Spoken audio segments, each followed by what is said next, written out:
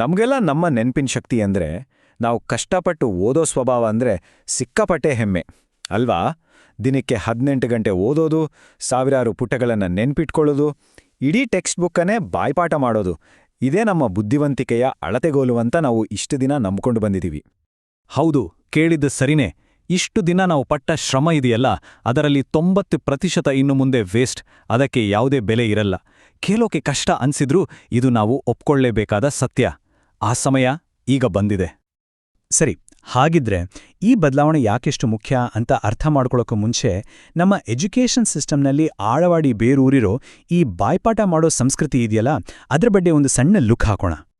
ನಮ್ಮಲ್ಲಿ ಹೆಚ್ಚಿನವರು ಇದೇ ವಾತಾವರಣದಲ್ಲಿ ಅಲ್ವಾ ಬೆಳೆದಿದ್ದು. ರಾತ್ರಿ ಹಗಲು ನೋಡದೆ ಓದೋದು, ಪ್ರತಿಯೊಂದು ಲೈನು ನೆನ್ಪಿಟ್ಕೊಳ್ಳೋಕ್ಕೆ ಒದ್ದಾಡೋದು.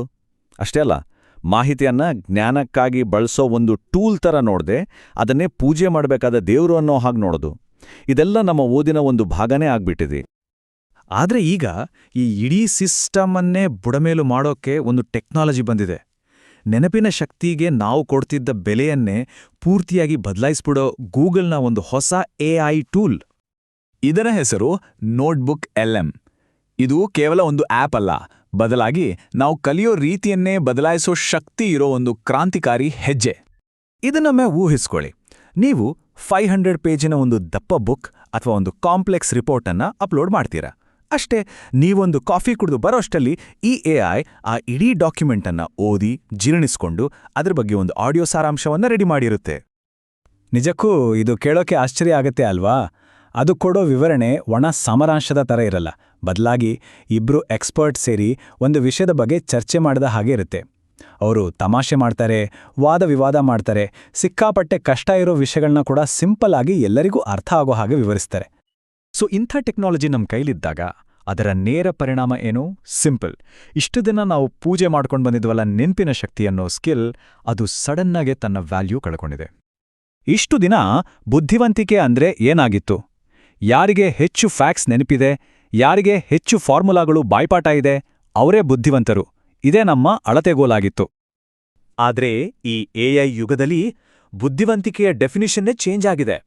ಈಗ ಮಾಹಿತಿಯನ್ನ ನೆನಪಿಟ್ಕೊಳ್ಳೋದಕ್ಕಿಂತ ಸರಿಯಾದ ಆಳವಾದ ಪ್ರಶ್ನೆಗಳನ್ನ ಕೇಳೋ ಸಾಮರ್ಥ್ಯವೇ ನಿಜವಾದ ಬುದ್ಧಿವಂತಿಕೆ. ಯೋಚನೆ ಮಾಡಿ, ಒಂದು ಕಡೆ 30 ಸೆಕೆಂಡಲ್ಲಿ ಒಂದು ಪುಸ್ತಕವನ್ನು ಓದಿ ಒಬ್ಬ ಪ್ರೊಫೆಸರ್ಗಿಂತ ಚೆನ್ನಾಗಿ ವಿವರಿಸೋ AI ಇದೆ. ಇನ್ನೊಂದು ಕಡೆ ಕೇವಲ ನೆನಪಿನ ಶಕ್ತಿಯ ಮೇಲೆ ನಿಂತಿರೋ ನಮ್ಮ ವರ್ಷಗಳ ಶ್ರಮದ ಡಿಗ್ರಿ ಇದೆ. ಈಗ ಹೇಳಿ, ನಮ್ಮ ಡಿಗ್ರಿಗಳಿಗೆ ಏನ್ ಬೆಲೆ ಉಳ್ತು? ಹಾಗಾದ್ರೆ ನಮ್ಮ ಹಳೆಯ ಎಜುಕೇಷನ್ ಸಿಸ್ಟಮ್ ಎಂಥ ಜನರನ್ನ ಸೃಷ್ಟಿ ಮಾಡ್ತಿದೆ ಮತ್ತು ನಮಗೆ ನಿಜವಾಗ್ಲೂ ಬೇಕಾಗಿರೋದೇನು? ಇದನ್ನ ಅರ್ಥ ಮಾಡ್ಕೊಳ್ಳಕ್ಕೆ ಇಲ್ಲೊಂದು ಸಿಂಪಲ್ ಹೋಲಿಕೆ ಇದೆ. ನಮ್ಮ ಸಿಸ್ಟಮ್ ನಮ್ಮನ್ನ ಹ್ಯೂಮನ್ ಹಾರ್ಡ್ ಡ್ರೈವ್ಗಳನ್ನಾಗಿ ಮಾಡ್ತಿದೆ. ಅಂದ್ರೆ ಬರೀ ಇನ್ಫಾರ್ಮೇಷನ್ ಸ್ಟೋರ್ ಮಾಡೋ ಮೆಷಿನ್ಗಳು. ಆದರೆ ಈ AI ಯುಗಕ್ಕೆ ಬೇಕಾಗಿರೋದು ಹ್ಯೂಮನ್ ಪ್ರೊಸೆಸರ್ಗಳು. ಅಂದ್ರೆ ಮಾಹಿತಿಯನ್ನ ಅನಲೈಸ್ ಮಾಡಿ ಯಾಕೆ ಮತ್ತು ಹೇಗೆ ಅಂತ ಪ್ರಶ್ನಿಸಿ ಅದರಿಂದ ಹೊಸ ಐಡಿಯಾಗಳನ್ನ ಸೃಷ್ಟಿ ಮಾಡೋರು. ನೀವೇ ಯೋಚಿಸಿ, ಮಾಹಿತಿಯನ್ನ ಬರೀ ಸ್ಟೋರ್ ಮಾಡೋದಕ್ಕ ಅಥವಾ ಅದನ್ನ ಬಳಸಿ ಅನಲೈಸ್ ಮಾಡೋದಕ್ಕ ಹೆಚ್ಚು ಬೆಲೆ? ಉತ್ತರ ತುಂಬಾ ಸ್ಪಷ್ಟವಾಗಿದೆ. ಆದ್ರೆ ಕೇಳಿ, ಇದು ಹೆದರ್ಸೋ ಕಥೆ ಅಲ್ಲ. ಈ AIಯನ್ನ ನಾವು ಒಂದು ಸಮಸ್ಯೆ ಅಂತ ನೋಡೋ ಬದಲು ಹೊಸ ಸ್ಕಿಲ್ಸ್ ಬೆಳೆಸ್ಕೊಳ್ಳೋಕೆ ಸಿಕ್ಕಿರೋ ಒಂದು ಸೂಪರ್ ಪವರ್ ಅಂತ ನೋಡಬೇಕು. ಇನ್ನು ಮುಂದೆ AI ಜೊತೆ ಮೆಮೊರಿ ಪವರಲ್ಲಿ ಕಾಂಪೀಟ್ ಮಾಡೋದನ್ನ ಬಿಟ್ಬಿಡೋಣ. ಬದಲಿಗೆ ಅದನ್ನ ನಮ್ಮ ಯೋಚನೆಗಳನ್ನ ಇನ್ನಷ್ಟು ಆಳ ಮಾಡೋಕೆ ಬಳಸೋಣ. ಹಾಗೆ ಮಾಡಿದಾಗ ನಮ್ಮನ್ನ ತಡೆಯೋಕೆ ಯಾರಿಂದಲೂ ಸಾಧ್ಯವಿಲ್ಲ. ಸರಿ, ಈಗ ಈ ಟೂಲನ್ನ ಸರಿಯಾದ ರೀತಿಯಲ್ಲಿ ಹೇಗೆ ಬಳಸಬೇಕು ಅಂತ ನೋಡೋಣ. ಮೊದಲನೇದಾಗಿ ತಪ್ಪು ದಾರಿ ಅಂದ್ರೆ ಚೀಟರ್ಸ್ ಮೆಥಡ್. ಇದನ್ನ ಕೇವಲ ಹೋಮ್ವರ್ಕ್ ಕಾಪಿ ಮಾಡಕ್ಕೆ ಬಳಸಿದ್ರೆ ನಾವು ಹಳೆ, ಈಗ ಉಪಯೋಗಕ್ಕೆ ಬಾರದ ಹ್ಯಾಬಿಟ್ಸನ್ನೇ ಮುಂದುವರಿಸಿದ ಹಾಗೆ ಆಗತ್ತೆ. ಇದು ಖಂಡಿತ ತಪ್ಪು ದಾರಿ. ಬದಲಾಗಿ ನಾವು ಹಿಡಿಬೇಕಾಗಿರೋದು ಸರಿಯಾದ ದಾರಿ. ನಿಮ್ಮ ಐಡಿಯಾಗಳಿಗೆ ಚಾಲೆಂಜ್ ಮಾಡೋಕೆ ಇದನ್ನ ಬಳಸಿ. ಉದಾಹರಣೆಗೆ, ನಾನ್ ಬರ್ದಿರೋ ಈ ಆರ್ಗ್ಯುಮೆಂಟಲ್ಲಿ ಏನೇನ್ ತಪ್ಪುಗಳಿದೆ ಅಂತ ಹುಡ್ಕೊಡು ಅಂತ ಕೇಳಿ. ಬರೀ ಸಮ್ಮರಿಗೋಸ್ಕರ ಅಲ್ಲ, ವಿಷಯವನ್ನ ಆಳವಾಗಿ ಅರ್ಥ ಮಾಡ್ಕೊಳ್ಳೋಕೆ ಇದನ್ನ ಬಳಸಿ. ಆಗ ನಾವು ಮೆಮೊರಿ ಪವರಲ್ಲಲ್ಲ, ಥಿಂಕಿಂಗ್ ಕೆಪಾಸಿಟಿಯಲ್ಲಿ ಸ್ಪರ್ಧೆ ಮಾಡ್ತೀವಿ ಮತ್ತು ಆ ಸ್ಪರ್ಧೆಯಲ್ಲಿ ನಾವೇ ಗೆಲ್ಲೋದು.